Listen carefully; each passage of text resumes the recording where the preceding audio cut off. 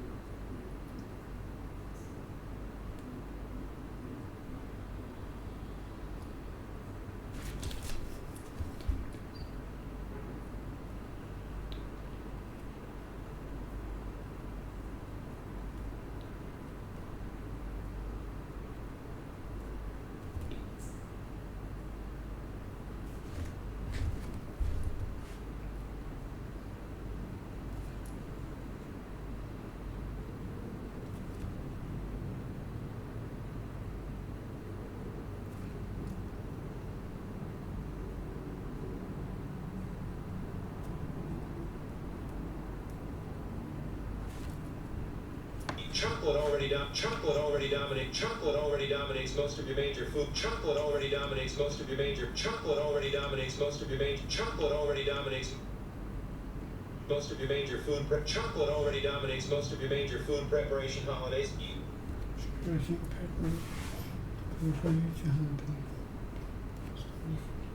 Chocolate already dominates most of your major food preparation. Chocolate already dominates most of your major food preparation holidays. Easter. Preparation holidays. Easter. Preparation holidays. Easter.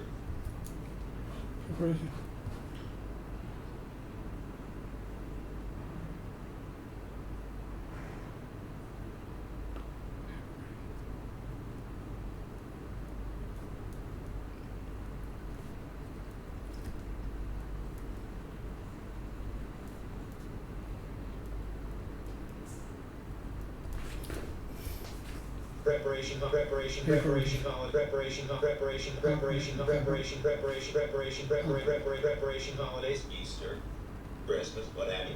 Christmas, what have you. Christmas, what have you. Christmas, what have you. But we're thinking Christmas, what have you.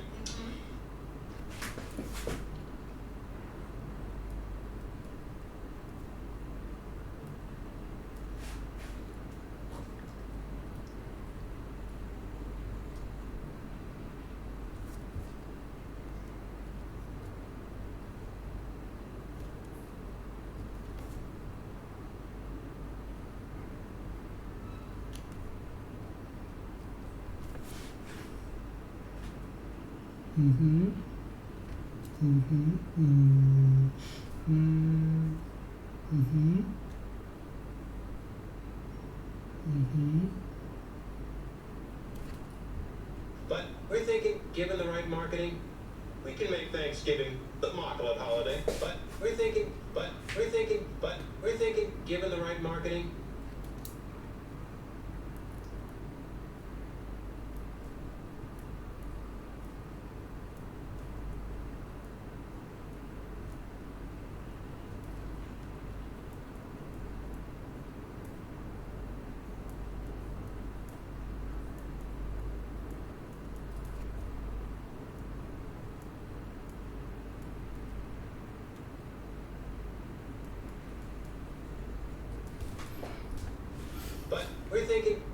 We're thinking, given the right market. But we're thinking, given the right market. But we're thinking, given the right marketing.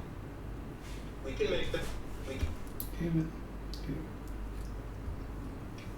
make that. We can make Thanksgiving the immaculate holiday.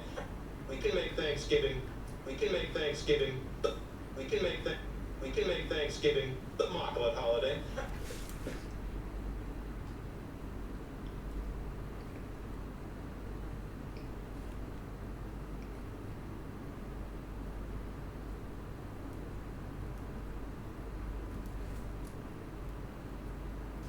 We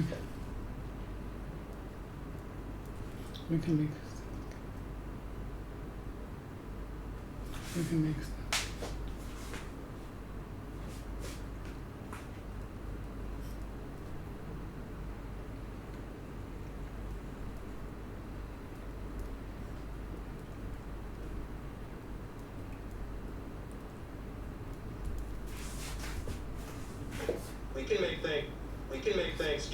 We can make Thanksgiving the Immaculate holiday. We can make Thanksgiving the Immaculate holiday. What? Oh. You gonna swallow that? Oh. You gonna swallow that?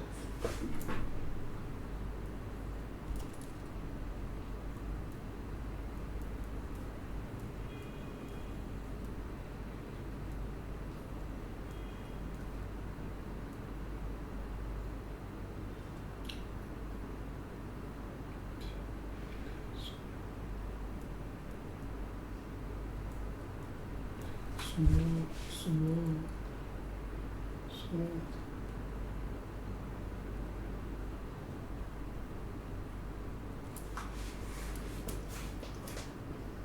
Oh. You gonna swallow that? You can swallow. There's plenty more to stop bubbling. There's plenty more. There's plenty more to stop. There's plenty more to stop bubbling.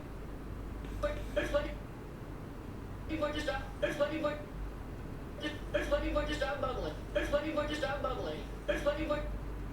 There's plenty more to stop bubbling. There's plenty more to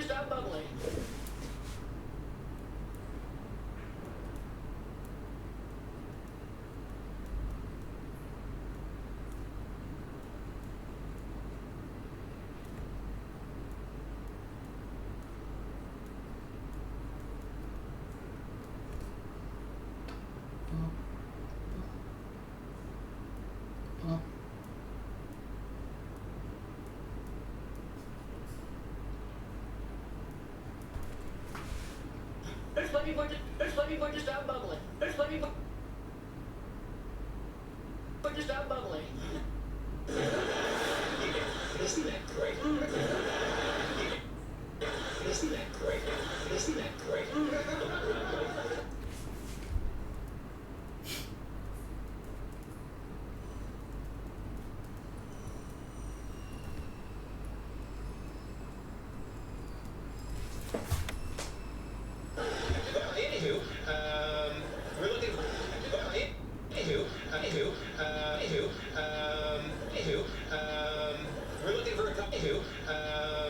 We're looking for a couple of chefs who can create some. We're looking for a couple of chefs.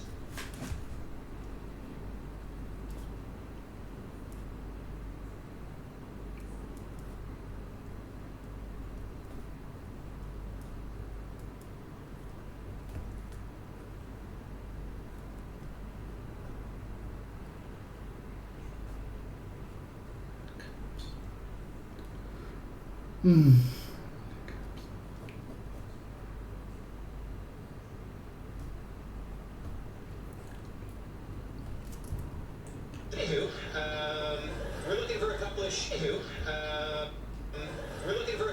we're looking for a couple of we're looking for a couple of chefs. We're looking for a couple of chefs. We're looking for a couple of chefs. We're looking for a couple of chefs. We're looking for a couple of we're looking for a couple of we're looking for a couple of chefs. We're looking for a couple we're looking for a couple of chefs. We're looking for a couple of chefs who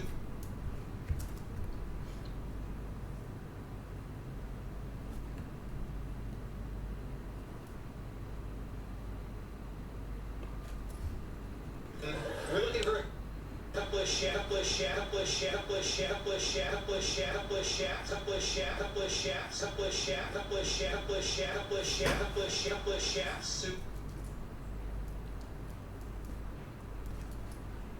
couple of chefs who can create some Thanksgiving themed recipes you think you might be interested. Who can create some Thanksgiving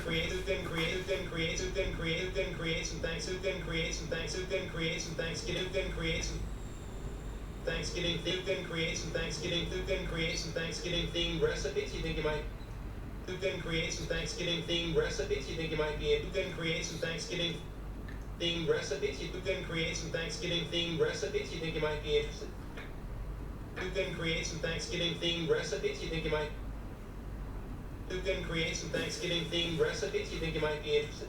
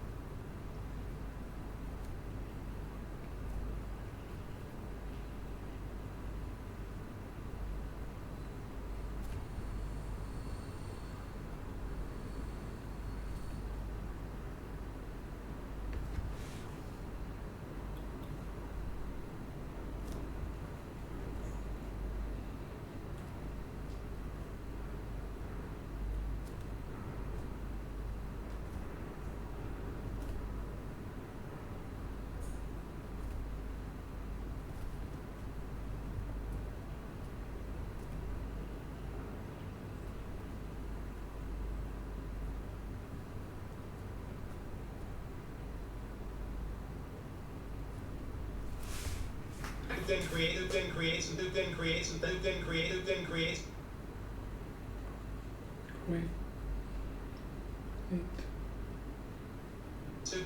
some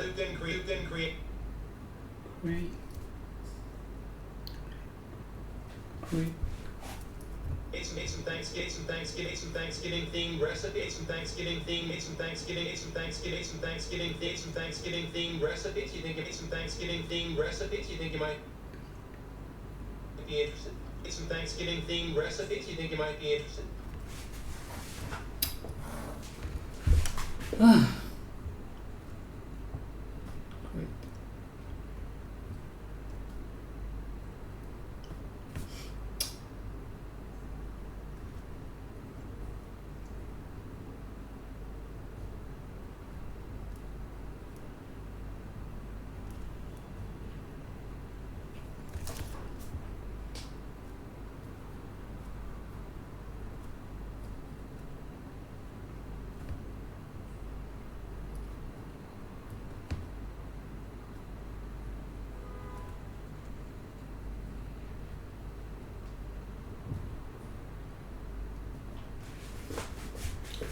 Some Thanksgiving themed recipes. You think it's some Thanksgiving themed recipes?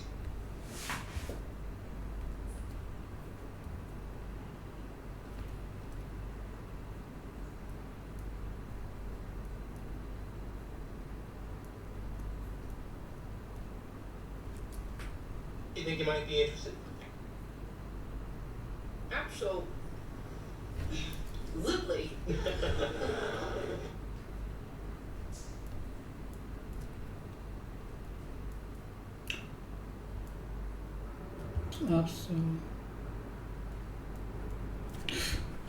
Absolutely.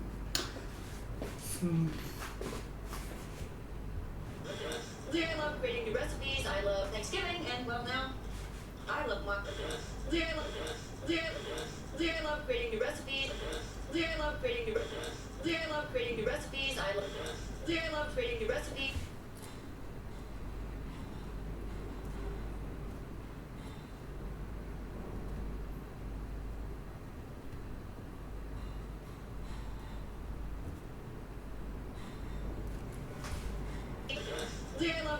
I love creating new recipes. I love creating new recipes.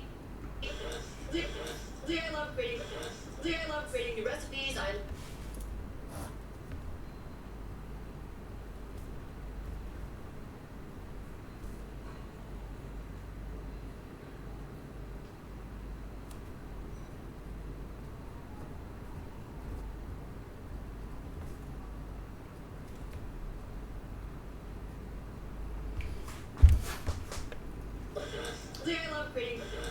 love creating new recipes. I love creating new recipes. I love Thanksgiving, and well now, I love mock. Love Thanksgiving. I love Thanksgiving. I love Thanksgiving. I love Thanksgiving. I love Thanksgiving. I love Thanksgiving, and well now, I love Montclair.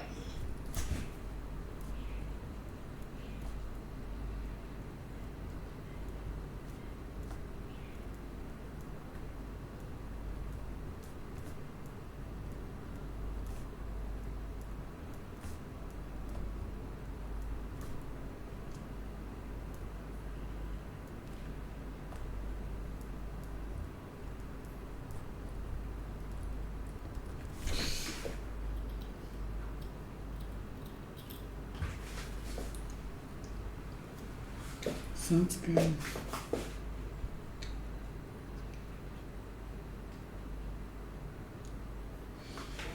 Mm-hmm. Love Thanksgiving, and well now. I love Thanksgiving, and well now. I love Montclair.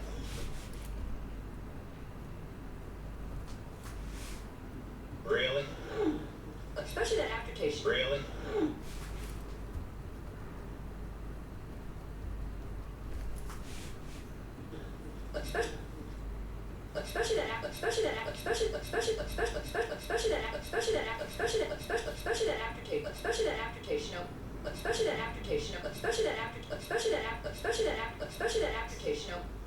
Especially that aftertaste.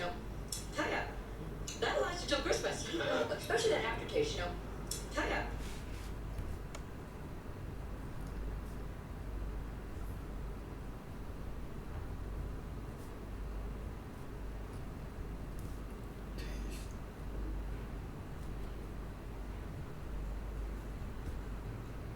Tasting.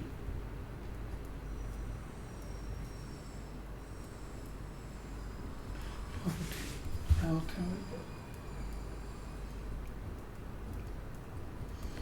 Ja, ist gesagt.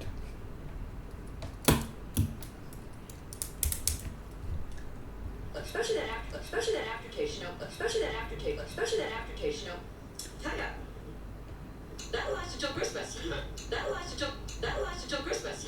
That'll last until Christmas. That'll last until Christmas. That'll last until Christmas. That'll last until Christmas.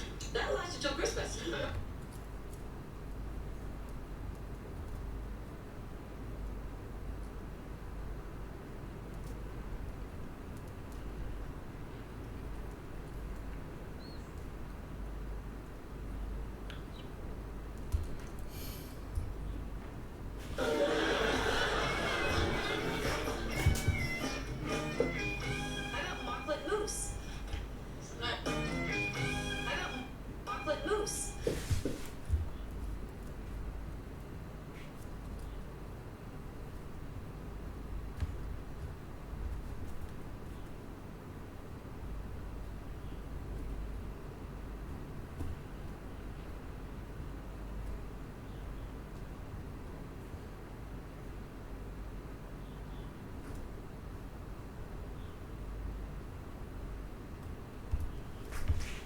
Moss.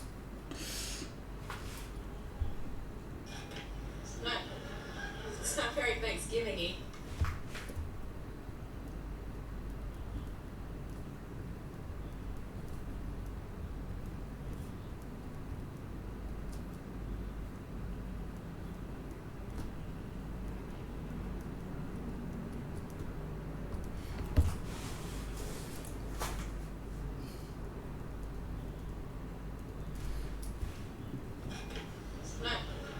It's not very Thanksgiving-y. It's not very Thanksgiving. It's not very Thanksgiving-y. Can I have a pilgrim mocklet moose? Can I have a pilgrim mock? Can I have a pilgrim? Can I have a pilgrim mocklet moose? Can I have a pilgrim mocklet moose?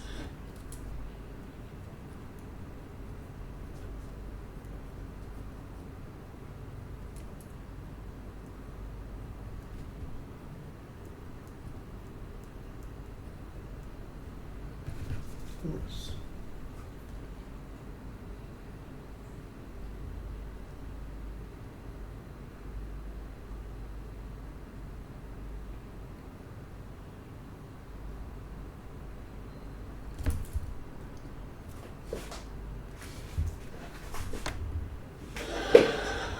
What makes a pilgrim?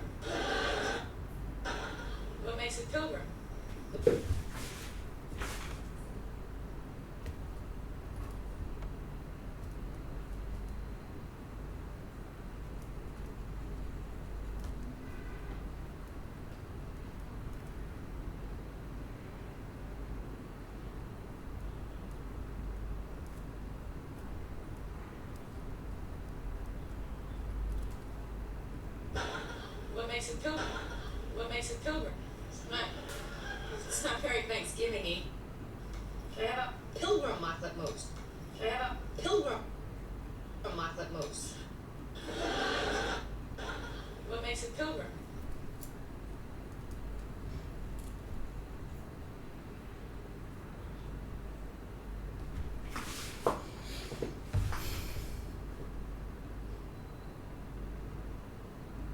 We'll put buckles on it. We'll put buckles on it. We'll put buckles on it. We'll put buckles on it. We'll put buckles on it. We'll put buckles on it.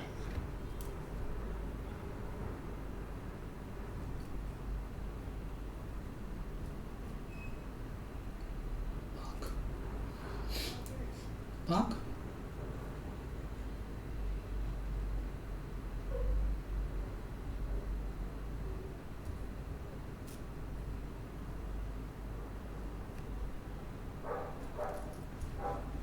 We'll put buckles on it. We'll put buckles on it. We'll put buckles on it. We'll put buckles on it. We'll put buckles on it. Hey, hey, hey. Hey, hey, hey.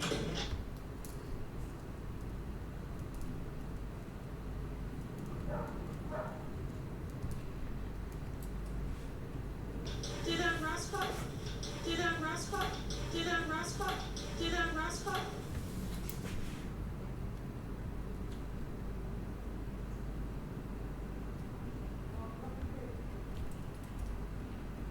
No, I'm sorry.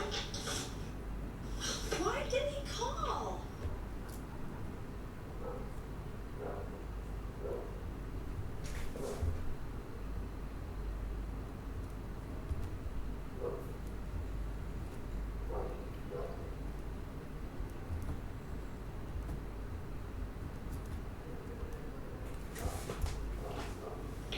Should stay with Julie, isn't it? Should stay with Julie, isn't it?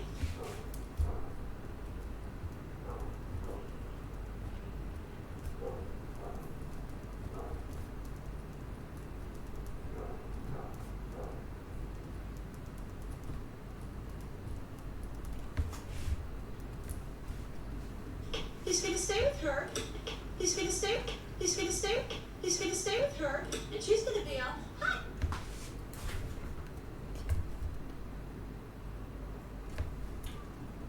He's gonna stay.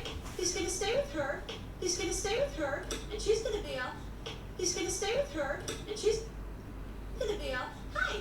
I'm Julie. Ross picked me. He's gonna stay with her. He's gonna stay. He's gonna stay with her, and she's gonna be a hi. I'm Julie. Ross.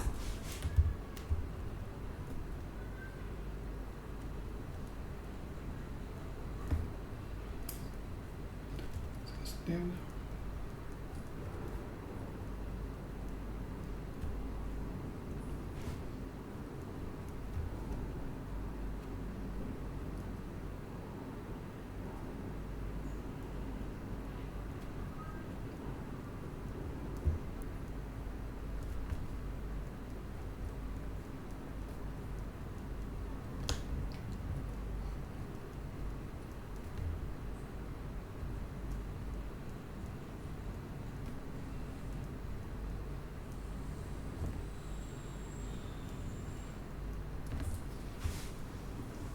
He's gonna stay with her, and she's gonna be a. He's gonna stay with her, and she's gonna. And she's gonna be. And she's gonna. And she's gonna be. And she's gonna be a. And she's gonna be a. And she's gonna be a. And she's gonna be a. Hi, I'm Julie. Ross picked me. It's gonna be. And she's gonna be a. And she's gonna be. And she's gonna be a. And she's gonna be a. And she's gonna be a. It's gonna be.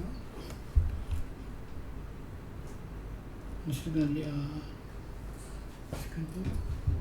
And she's gonna be a. And she's gonna be a. And she's gonna be a. And she's gonna be a. And she's gonna be. And she's gonna be a. And she's gonna. And she's gonna be a. Be a. Be a. Be a. Hi, I'm Julie. Ross picked me. And we're gonna get married and have lots of kids. And we're gonna get married and have lots of kids and dig up stuff together. No offense, but that sounds enough. And we're gonna get married and have lots of kids. And we're gonna get married. And we're gonna get. And we're gonna get. And we're gonna get. And we're gonna get. Are we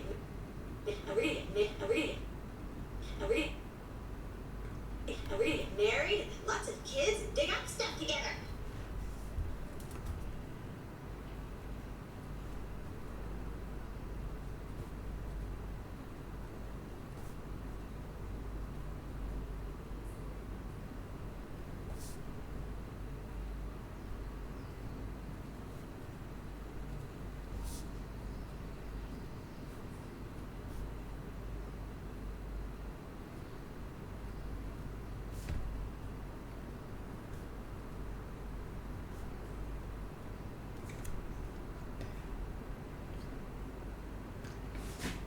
Tidak. Tidak.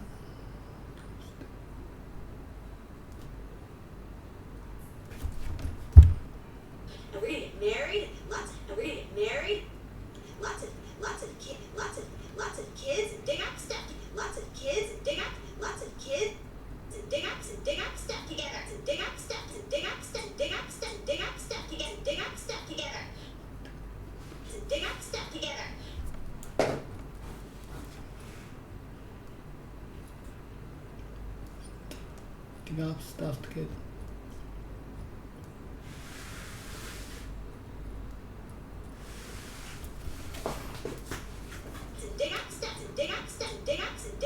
Dig up stuff together.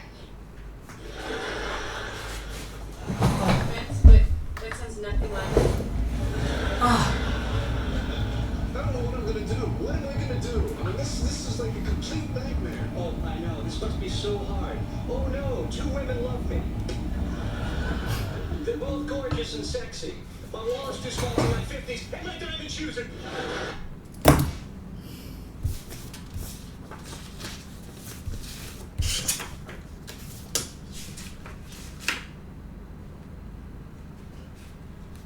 这没有减少多少。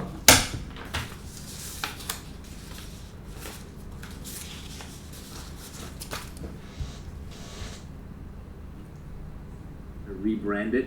The problem with unique knowledge is, yeah, maybe it's unique, but if I learn it from somebody else, it's no longer unique. Then we both know it. So it's not. Section 1. Introduction. What is a fallacy? A fallacy is an error in logic, a place where someone has made a mistake in his thinking. People just don't use their heads anymore. I don't know about that, Dad. I use my head a lot playing soccer. Dad and Johnny are talking about 2 different ways of using heads. This book is for detectives, fallacy detectives. We've designed this book to be a handy manual for spotting the fallacies you meet in the street, in the newspaper, or in yourself. The goal of this book is to help answer the question, what is bad reasoning? We also hope you will find that using your head is fun. To begin this book, we first show why it is important to stretch and exercise your mind. Then we divide the most common errors in reasoning into 3 sections: avoiding the question, making assumptions, and statistical fallacies. We explain how you can spot these errors, and we give exercises in fallacy detection. This is followed by a section on the propaganda techniques used by advertisers and politicians. The book ends with the fallacy detective game, where you can have fun with your friends who have been learning logic with you. When you complete this book, you should 1. Know how to spot bad reasoning. 2. Put a higher value on good reasoning. 3. Know how to avoid fallacies in your own reasoning.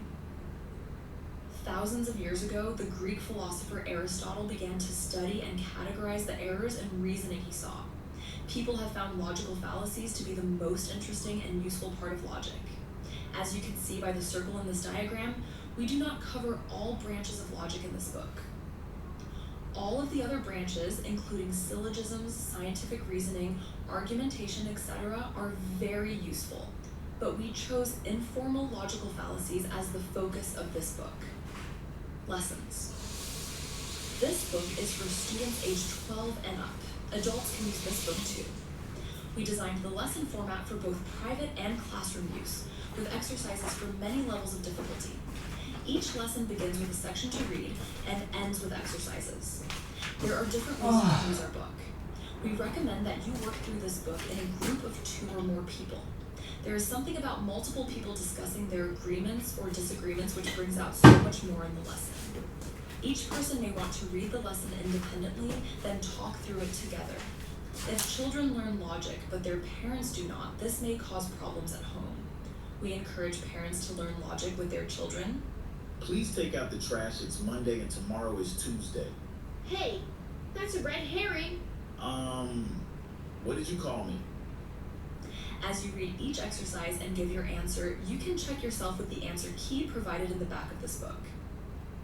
As you follow this 3-step sequence, first read the exercise, then give your answer, then check your answer, you will be corrected immediately if you miss the point. If you have trouble understanding a lesson, do the exercises anyway. We designed the exercises to be a teaching tool, so you may catch in the exercises what you did not understand in the lesson. If you miss many of the exercises and you do not know why, you may need to repeat that lesson until you understand it. If you still don't understand something taught in this book, then try discussing it with your study group or other people. You may find other students at our website, www.fallacidetective.com. You can share your misery and maybe find an answer. To help teachers who use our book in a classroom, we wrote the Fallacy Detective Test. This is not a difficult test. Teachers can use it to check that students paid attention in logic class. We will email the Fallacy Detective Test to any teacher who requests it. Completing the fallacy. Detective is equivalent to approximately 1 high school credit in logic or critical thinking. For more tips on how to use this book in a classroom or to ask us questions, visit our website. Section 2. The Inquiring Mind Lesson. 1. Exercise your mind. Our dad and mom always wanted us to grow up with inquiring minds. We'll introduce you to some of the things which they taught us. The first problem that we need to address is this. Some of us don't like to use our minds, period. Everyone loves to have fun, and some of us even love to work. But we all try to avoid using our minds as much as possible. Hopefully we can change that. Dad and I have been talking, and we feel that it isn't good for you to spend so much time playing video games. We feel that, as your parents, we should help you develop your mind. Whoa, cool. Get this. I'm in the 72nd level. In the Zygon clone, monster's going to eat my neutrino. Grenades. Could you pause that game for a moment? I'm trying to talk to you about your future. What if I want to be a fighter pilot when I grow up? These games help hand-eye coordination. It's hard to talk to you rationally while... Hang on, I'm coming to where I have to jump and shoot at the same... I've been doing some reading about what video games do to the brain. They've done studies that show that... Yikes, he almost got me. Johnny's mother is trying to get Johnny to engage his mind, but that is exactly what Johnny doesn't want to do. He is having fun, and his game is using as much of his mind as he wants to use. When a person gets old enough to realize how short his life is, then he begins to realize how valuable it would have been if he had learned wisdom early in life. If there is only one thing you learn from this book, we want to inspire you to exercise your mind and not let it get fat and flabby. Like I told your father, your Aunt Mabel and I haven't made a profit from the farm for years now. Why don't you try changing some of the way you do things on your farm? I think I'll just stick to what I've got going right now. I don't have the patience to try this new system you're talking about. I'd have to unlearn a lot. Your grandpa always said you can't teach an old dog new tricks. I like your optimism. Farming needs people like you, but we're pretty settled here at the farm. Farmer Ed looks at his nephew's new ideas and he sees too much hard mental work. He doesn't believe he has the energy to rethink all that he's learned about farming. Farmer Ed might be willing to do the physical work, but it takes mental work to change, and that's what he's afraid of. Thinking is hard work. We must discipline our minds the same way an athlete exercises his body. We must exercise our minds so that it does not hurt anymore when we try to use them. This is the first quality of an inquiring mind. Exercises. Read the following examples and decide if the person probably A, doesn't want to exercise his mind, B, has an inquiring mind, or C, none of the above. 1. Hey man, like I'm never going back to school.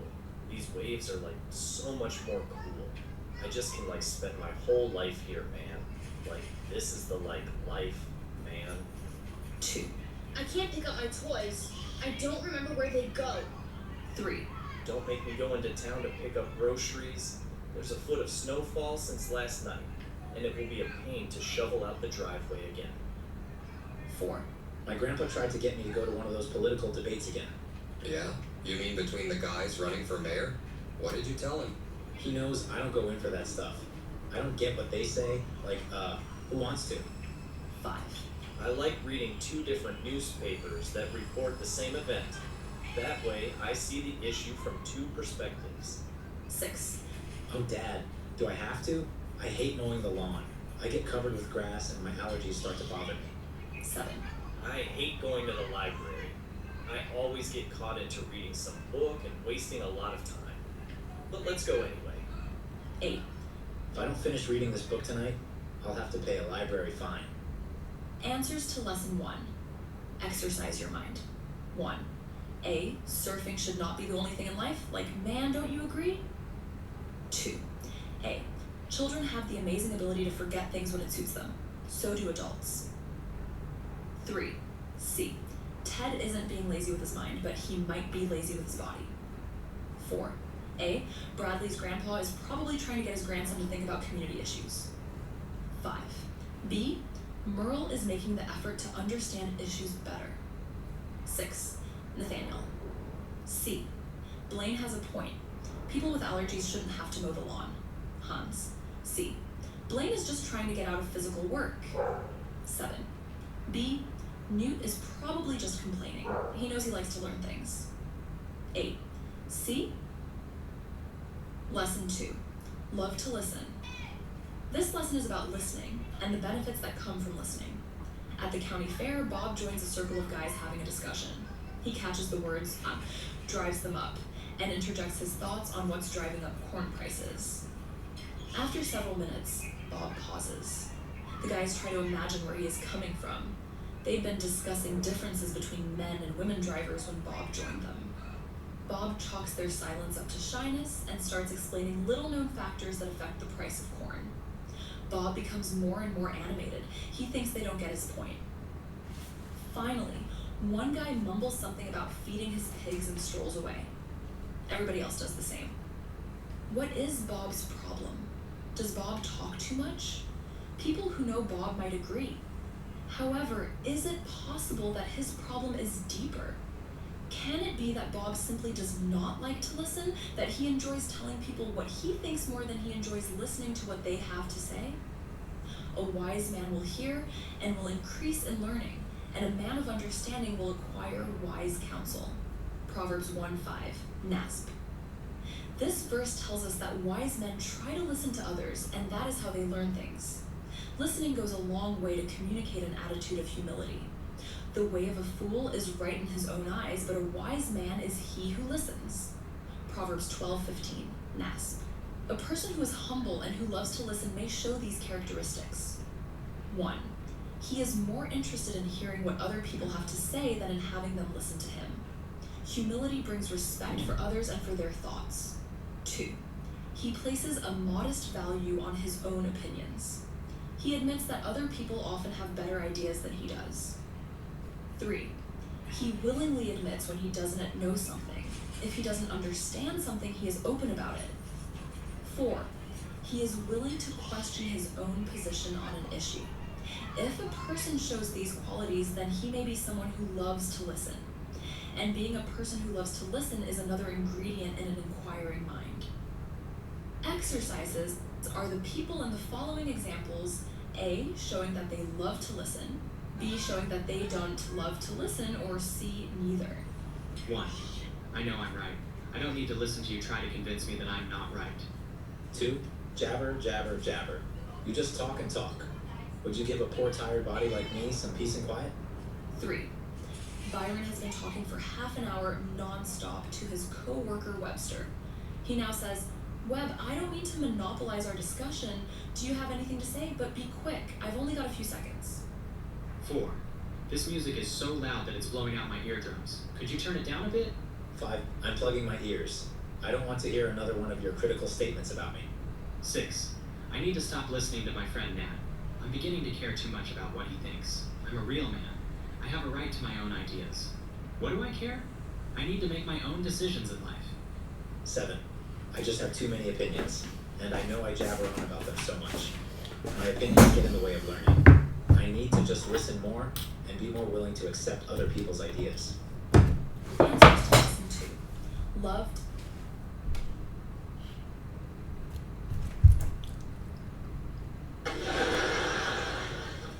No offense, but that sounds nothing like her.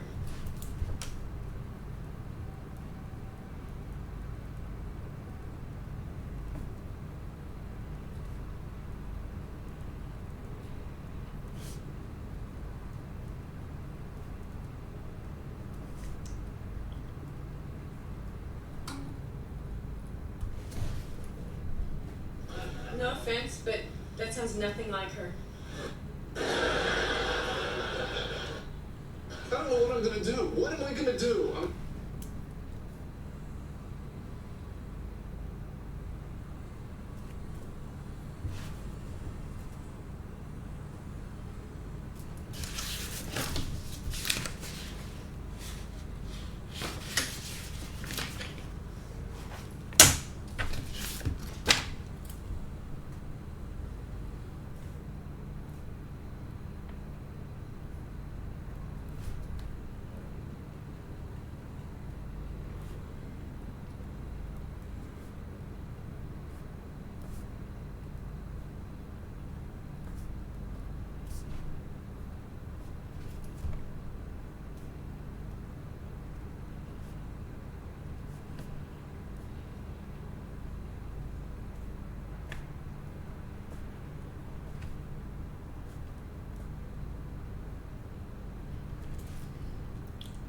I don't know what I'm gonna do. What am I gonna do? I mean, this is like a complete nightmare. This is like a complete nightmare. This is like a complete nightmare. Oh,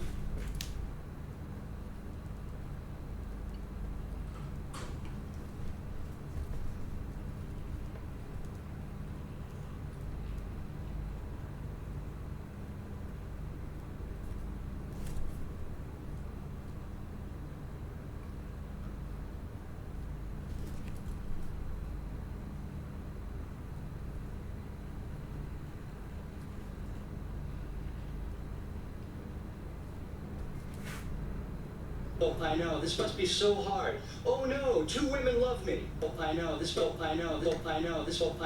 must be so hard.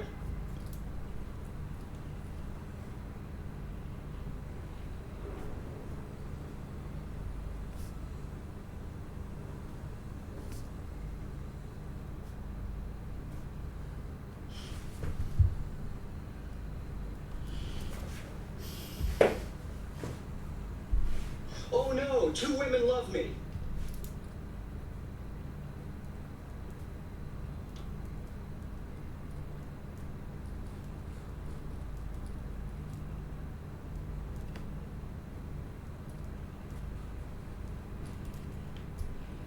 Oh no, 2 women love me. They're both gorgeous and sexy. They're both gorgeous and sexy. They're both gorgeous and sexy. My wall is... They're both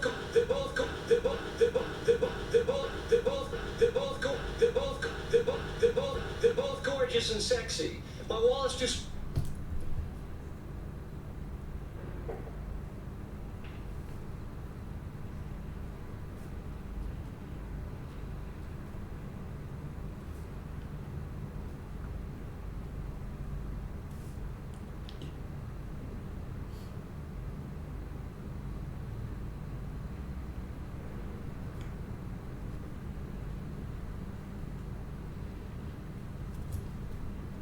They're both gorgeous and sexy. My wall is too small for my 50s. My wall is too small. My wall is too small. My wall is too small. My wall is too small. My wall is too small. My wall is too small. My wall is too small. My wall is too small for my. My wall is too small. My wall is too small for. my 50s. My wallet's too small for my wallet's too small for my 50s. And my wallet's too small. My wallet's too small. My wallet's too small. My wallet's too small for my wallet's too small for my 50. My wallet's too small for my wallet's too small for my wallet's too small for my 50s. My wallet's too small for my 50s. And my diamond shoes are too tight. My wallet's too small for my 50s. And my diamond shoes are too tight. My wallet's too small for my 50s. And my diamond shoes are too tight.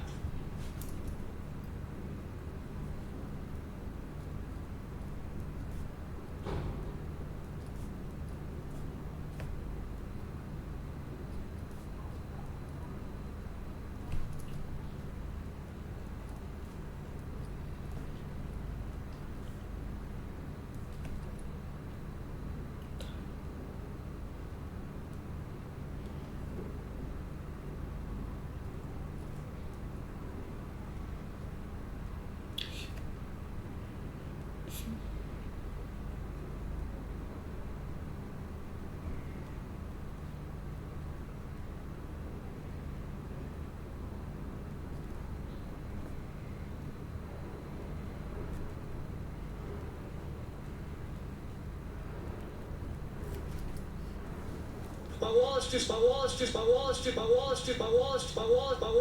wallet's too small for my 50s. And my diamonds, and my diamonds, and my diamonds, and my diamonds, and my diamonds, and my diamonds, and my diamonds, and my diamond shoes are these, and my diamond shoes, and my diamond shoes are these, and my diamond shoes are too tight. These, and my diamond shoes are too tight. These, and my diamond shoes are too tight. These, and my diamond shoes are too tight. These, and my diamond shoes are too tight.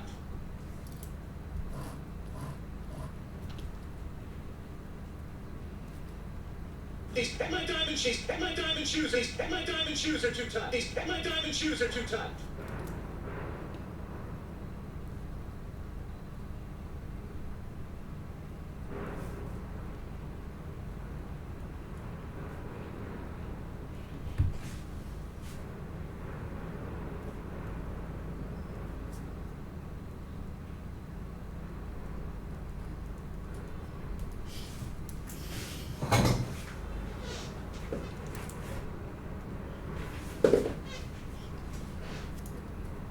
These, and my diamond shoes are these, and my diamond shoes are too tight. Hey, here's a thought, Rob. Don't touch your computer. Don't ever touch the computer. Hey, here's a thought, Rob. Don't touch your computer. Don't ever touch the computer.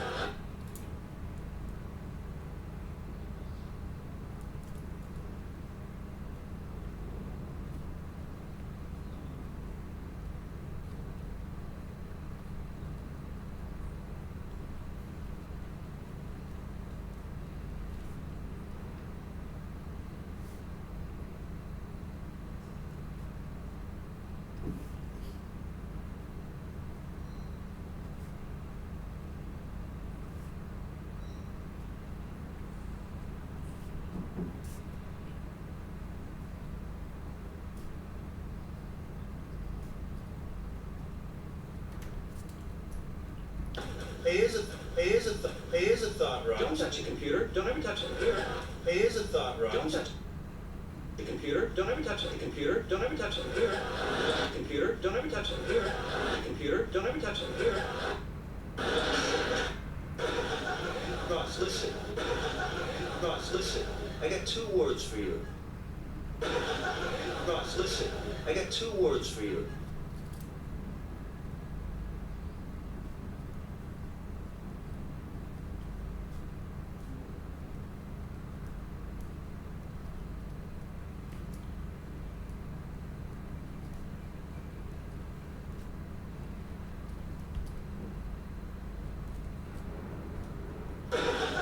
Ross, listen.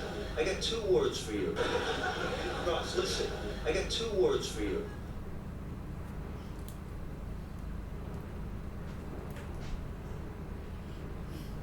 Threesome.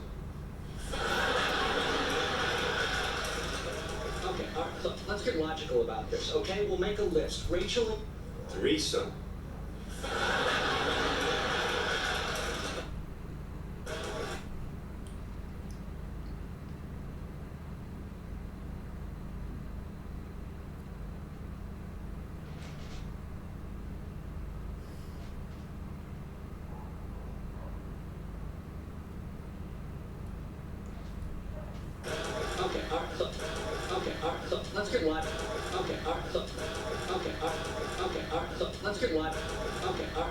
let's get logical about this, okay? Okay, all right, look, let's get logical about this, okay?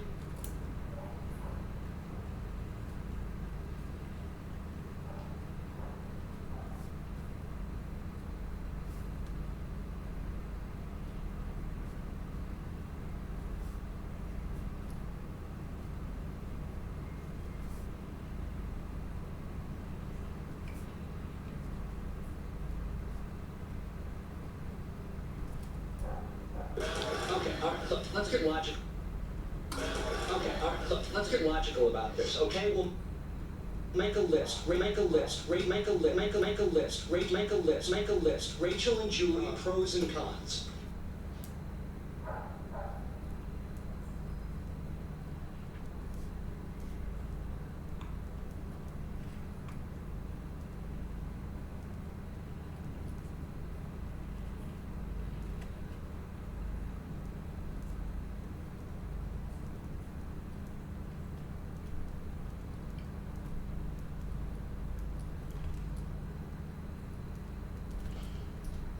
Make a list, make a list, make a list. Rachel and Julie, pros and cons. Oh. We'll put their names in bold. Oh.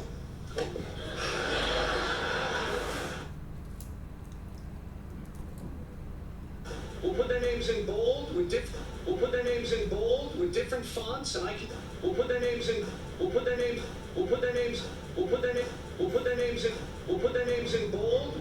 We'll put their names in bold with we'll put their names in bold with we'll put their names in bold with different fonts, and we'll put their names in bold with different fonts.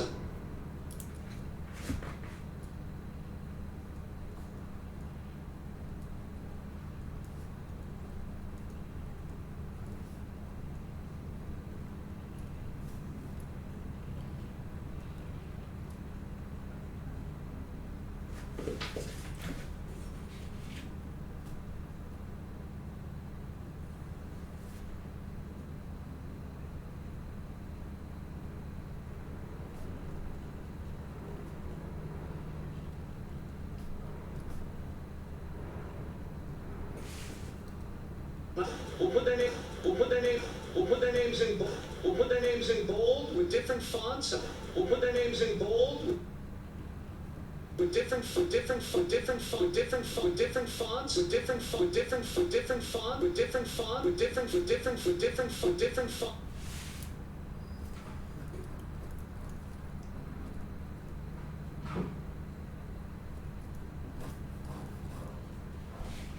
with different font, with different fonts, and with different fonts, and I can use different colors for each different fonts, and I can use different colors for each column.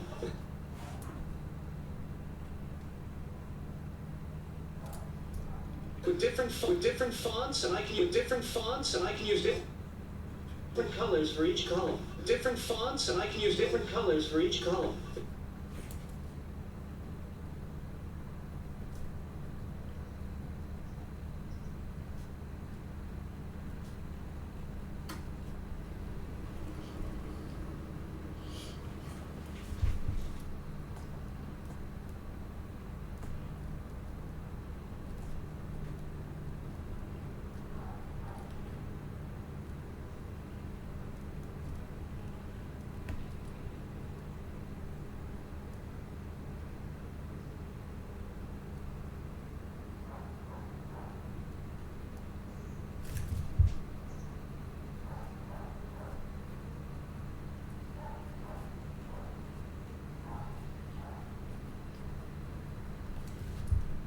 With different fonts, and I can use different fonts. I can use different colors. I can use different colors for each column. I can use different colors for each. I can use different colors for each. I can use different colors for each. I can use different colors for each column.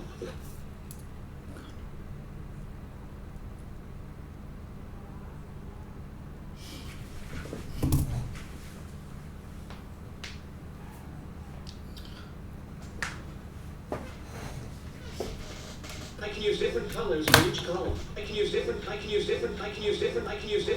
use different colors for each column. Can't we just use a pen? Can't we just use a pen?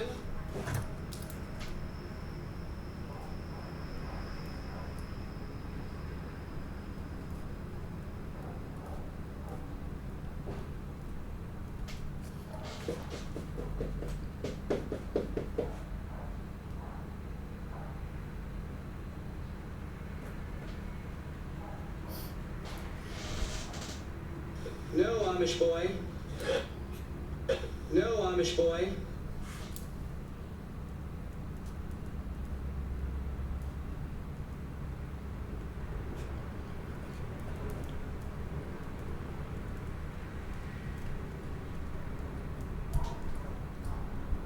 No, Amish boy.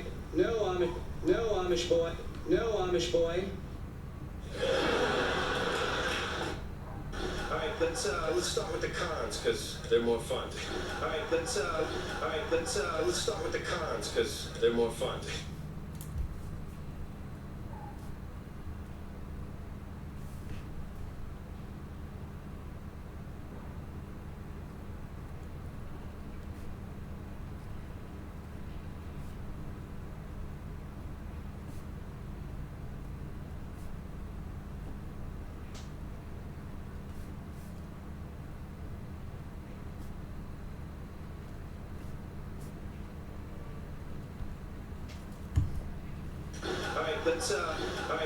Let's start with the cons because let's start with the cons because they're more fun. Rachel, all right, let's start with the cons because they're more fun. Rachel first.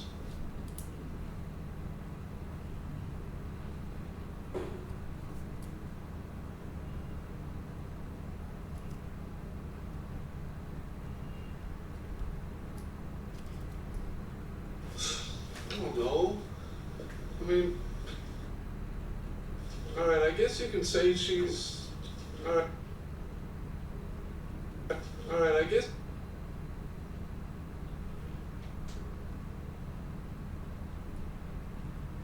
I don't know. I mean, all right, I guess you can say she's a little spoiled sometimes. I don't know. I mean, all right, I guess you can say she's a little spoiled sometimes.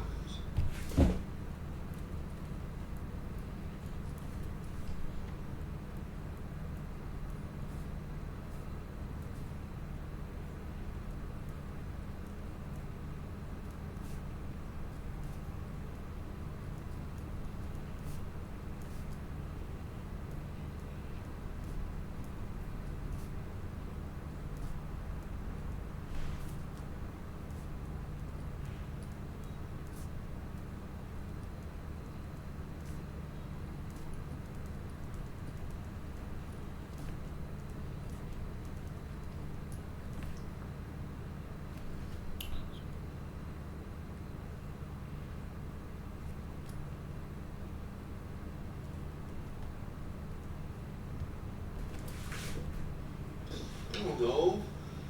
I mean, all right, I guess you can say she's a little spoiled sometimes. You could say that. Yeah.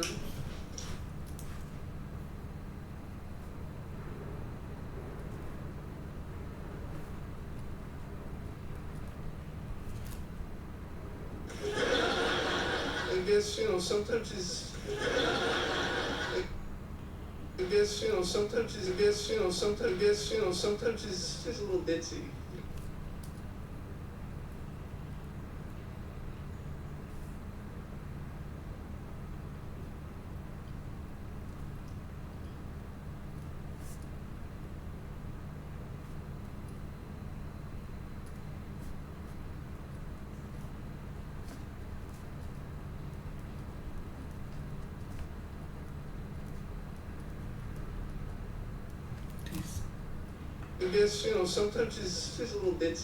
You know? I guess, you know, sometimes she's a little ditzy.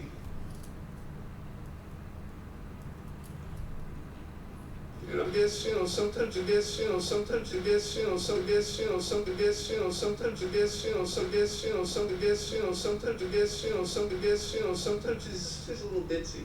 You know? And I've seen her be a little too in. And I've seen her be, I've seen her be a little too into her looks, and I've seen her be, I've seen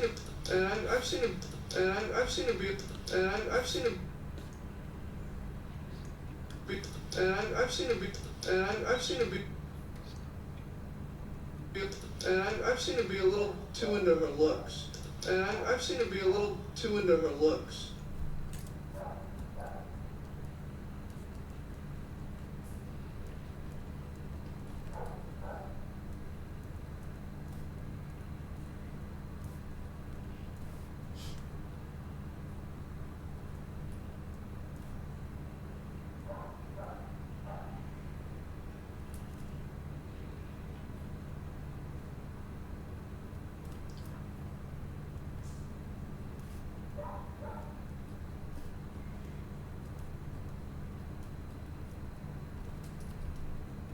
And I've seen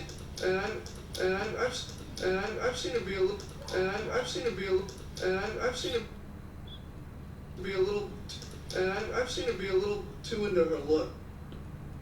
And I've seen her be a little too into her looks.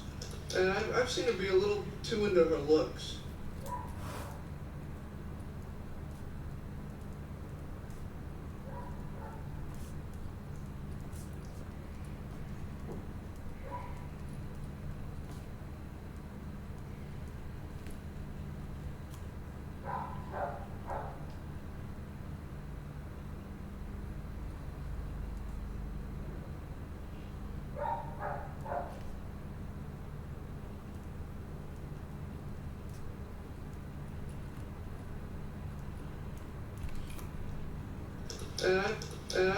And I've seen her be a little, I've seen her be a little too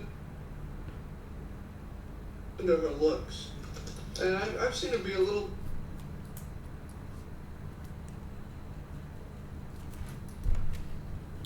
And I've seen her be a little too into her looks. Oh, and like Julie and I, we have a lot in common because we're. And like Julie and I. And like Julie and I, we have a lot in common. And like Julie and I, we. And like Julie and I, we have a lot of. And like Julie and I, we have a lot in common because.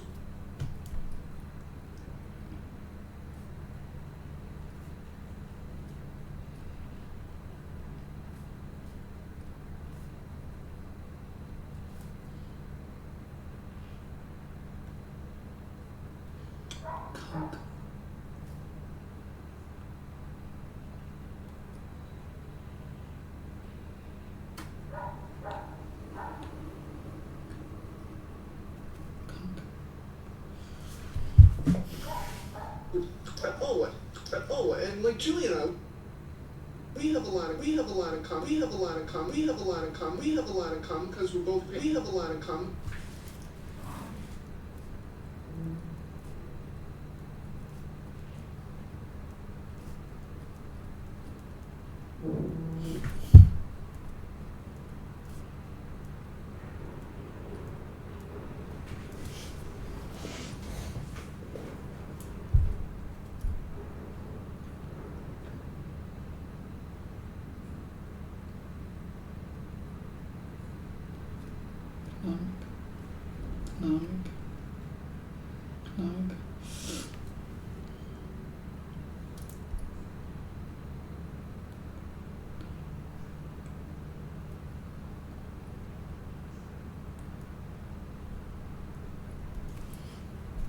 We have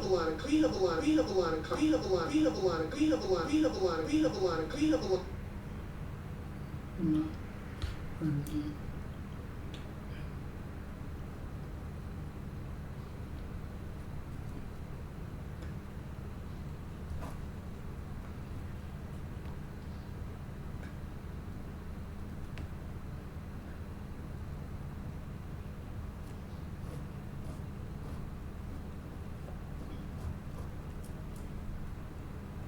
Because we're both paleontologists.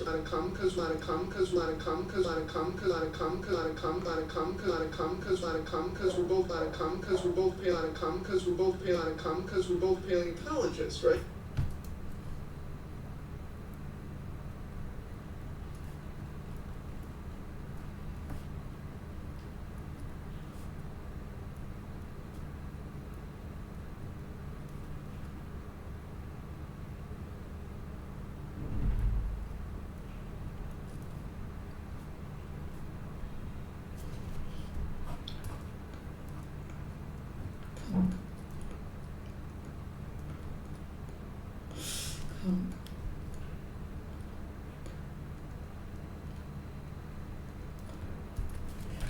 Because we are both intendist.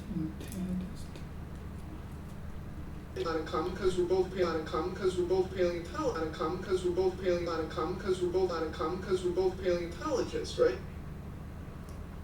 Not in common because we're both paleontologists, right? But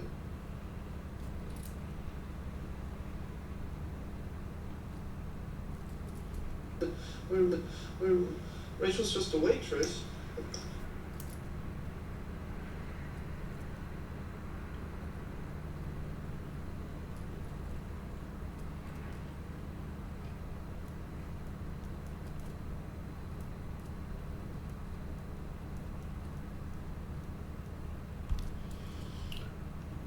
Waitress. Got it.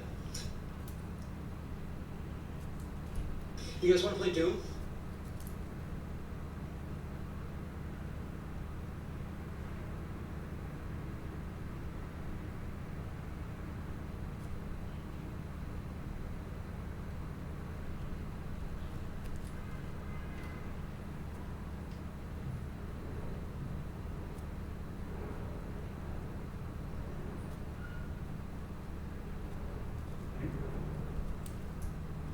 Waitress. Got it. You guys want to play? You guys want to play Doom? You guys want to play Doom?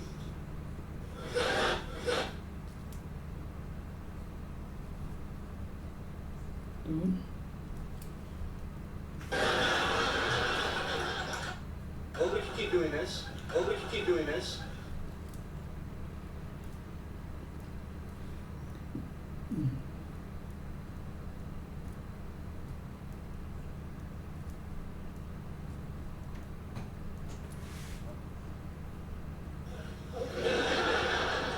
What else? I don't know.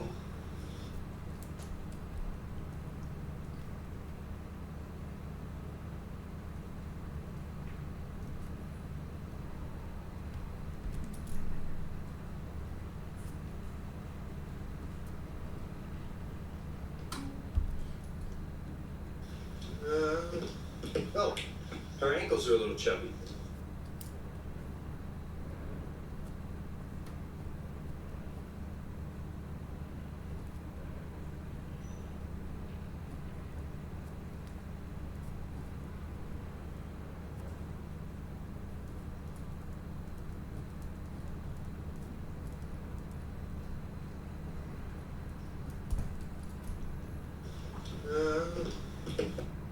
Oh, her ankles are a little chubby. Oh, her ankles are a little chubby. Ankles are a little chubby. Ankles are a little chubby.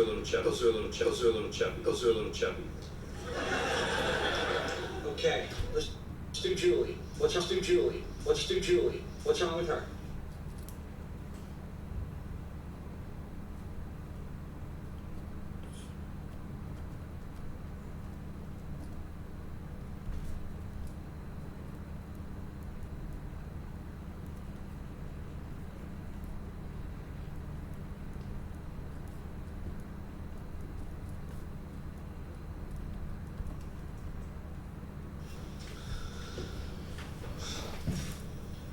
She's not Rachel.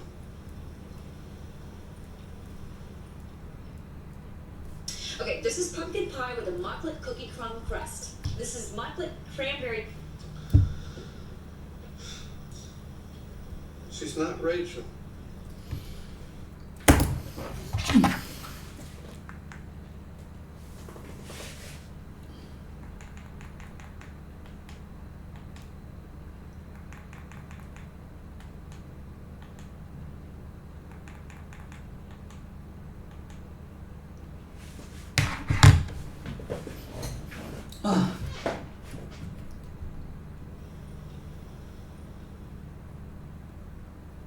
Okay, this is pumpkin pie with a mocklet cookie crumb crust.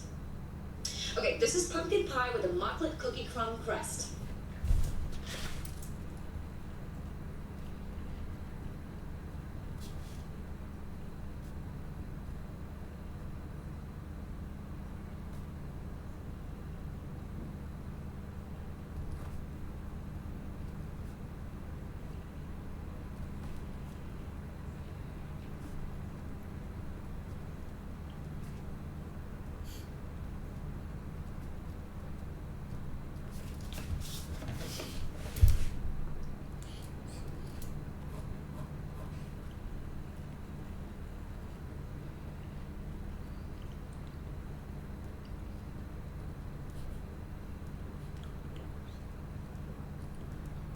Crust.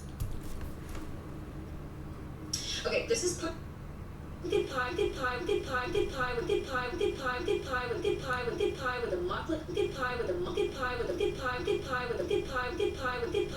pie with a mufflet cookie crumb, good pie with a mufflet cookie crumb crust. This is mufflet good pie with a mufflet cookie crumb crust.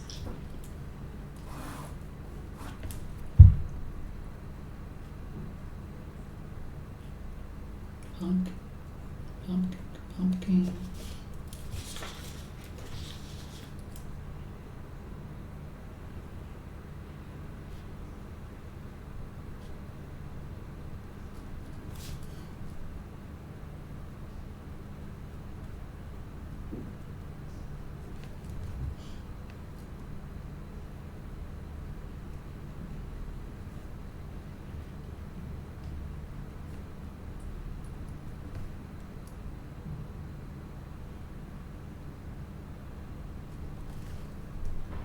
Good pie with a mufflet cookie crumb crust. This is mufflet cranberry cake, and this is mufflet cranberry cake, and these are this is mufflet cranberry cake, and this is mufflet cranberry cake, and these are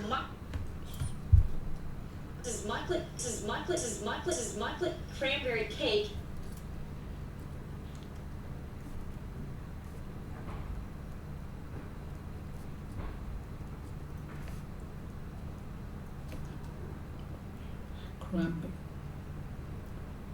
Crumb cake.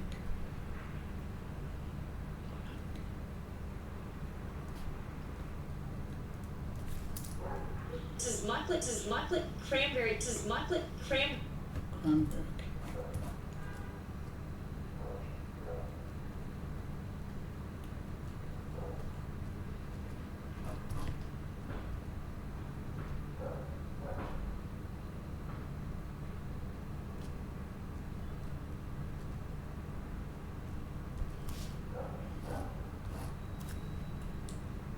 Cake, and these are mufflet chip cookies. These are mufflet chip cookies.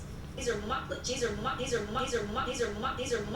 mufflet chip cookies. These are mufflet chip cookies. These are mufflet chip cookies. These are mufflet chip cookies.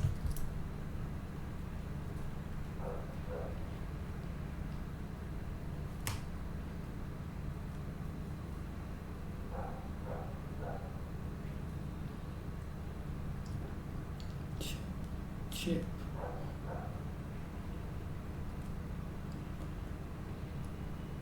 Cookies.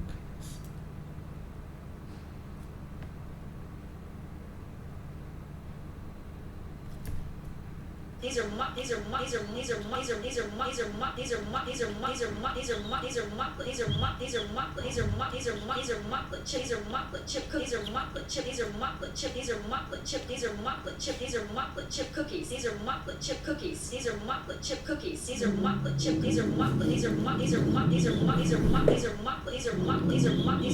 These are mufflet. These are mufflet. These are mufflet. These are mufflet. These are mufflet. These are mufflet. These are mufflet chip. These are mufflet. These are mufflet chip. These are mufflet chip. These are mufflet. These are mufflet.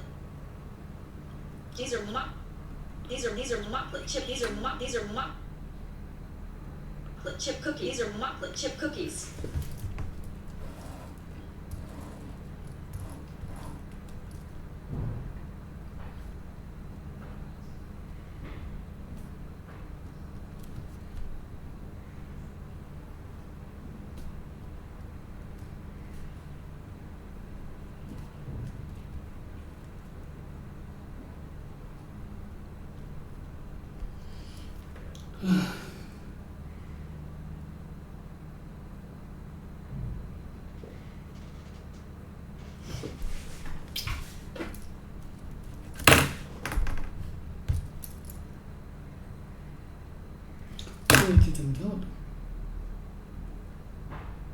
So much that it is unique, it's that it is highly specific. Just like the Indian served. Just like the Indian served. Just like the Indian served. Just like the Indian. Just like the Indian. Just like the Indian served. Just like the Indian served.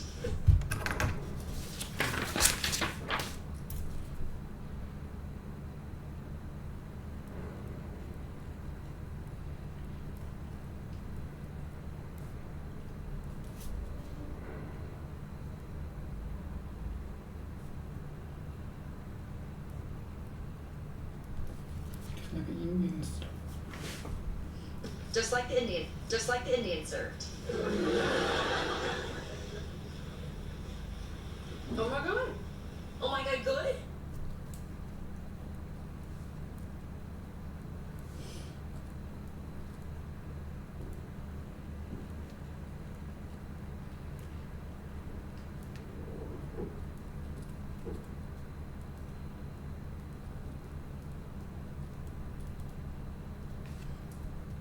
Oh my god, oh my god. I can't believe you let me put this, I can't believe you let me put this in my mouth.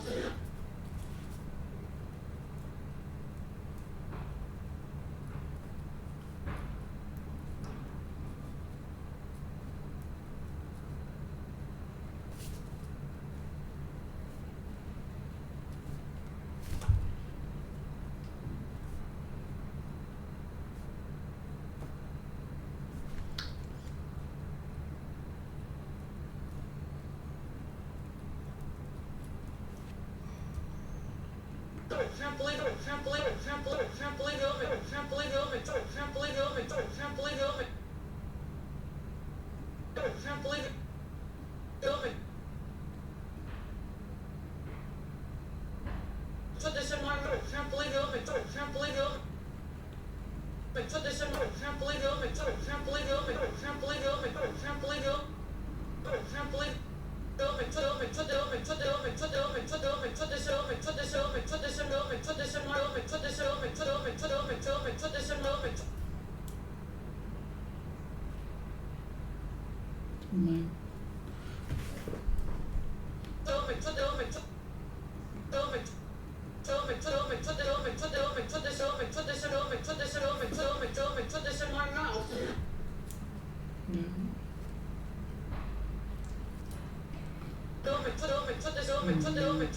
Put this in my mouth.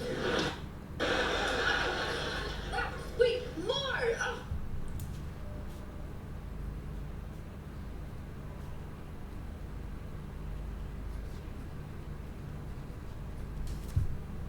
This is what evil must taste like. This is what evil must. This is what evil must taste like. This one.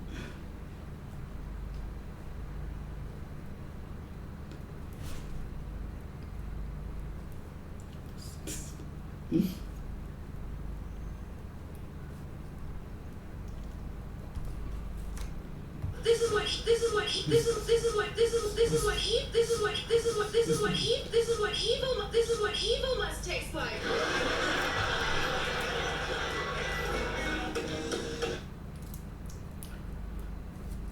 Okay.